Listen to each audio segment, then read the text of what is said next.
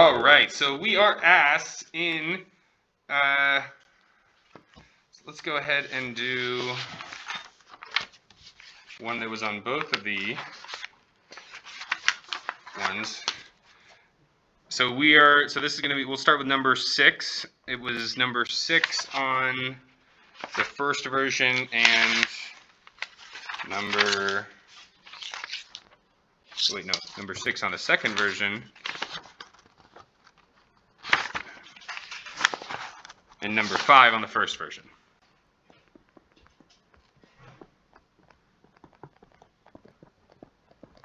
I liked it so much I had to keep it in there. So we are the division manager for Toyota. Our data analytics team estimates that the semi-annual demand for the Highlander is Q equal to 300,000 minus 0.5 P. So we're asked, what price should we charge to maximize total revenue? And this is a bit of a thinker in terms of the questions that we got, right? So what do we have to remember here? We had to remember the relationship between elasticity and total revenue, right? We know that total revenue has some sort of maximum, and that maximum has to do with what point on the demand curve. I mentioned it earlier, the point where it's unit elastic.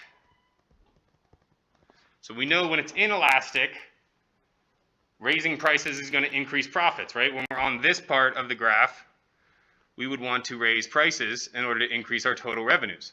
Not profits, excuse me. We know that this part of the graph, the elastic part, in order to increase our total revenues, we'd want to decrease prices. So it's up until this point where the elasticity is 1 unit elastic. That has to do, that's the thing that's associated with this maximum for total revenue. So what does this mean? Well, we know that our elasticity formula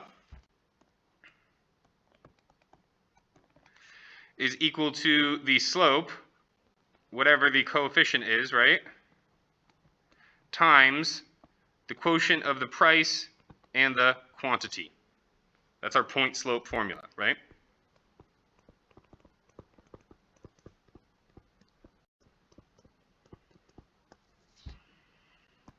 P1, Q1, some P1, some Q1. And so, what do we need? We need this to equal 1. We need the elasticity to equal 1. So we're going to set it equal to 1. We're going to go ahead and put that M in here, so negative 0.5.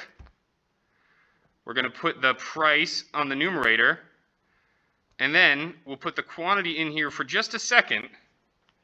But what do I have here? What do I have here? I've got 2 unknowns, right? I've got P and Q that are unknowns here, but 1 equation. So what am I going to do? I'm going to bring in another equation.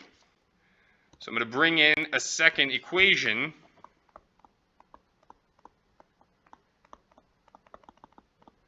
that relates P and Q, right? Do I have any other equation in the prompt that relates P and Q together? You bet your keister I do. The estimated demand curve, right?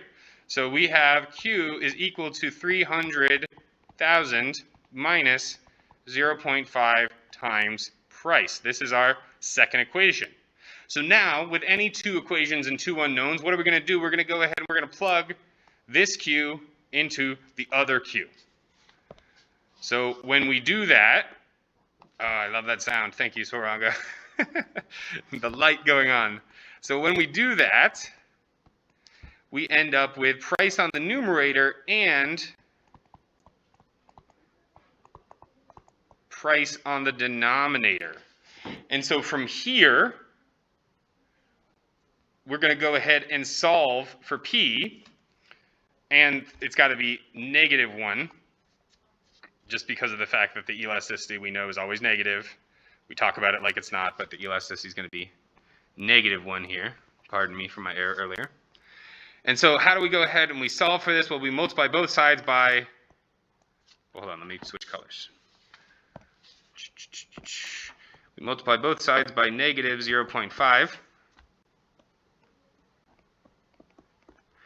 This ends up, the negative cancels out with the negative. We end up with 1 times 0.5, so we end up with 0.5 is equal to P over 300 minus 0.5 times P.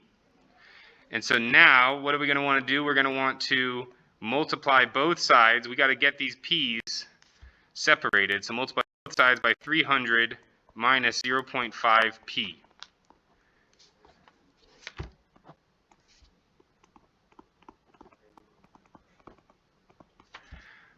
So now this is going to cancel out with this, and we're going to do what? We're going to distribute this 0.5 to both of these terms, right? So half of 300 is what? 150. Half of 0.5 is what? 0.25. All of that is equal to what? What's left on the right-hand side? Just P. Just P.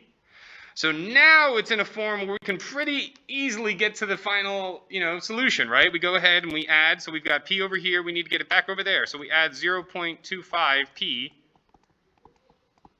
to both sides. That cancels out, and this ends up being 1.25 P. That equals 150. We divide 150 by 1.25, and that gives us our equilibrium price.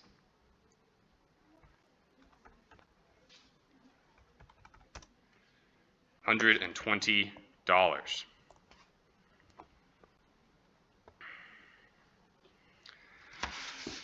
So a little bit of a trick to it.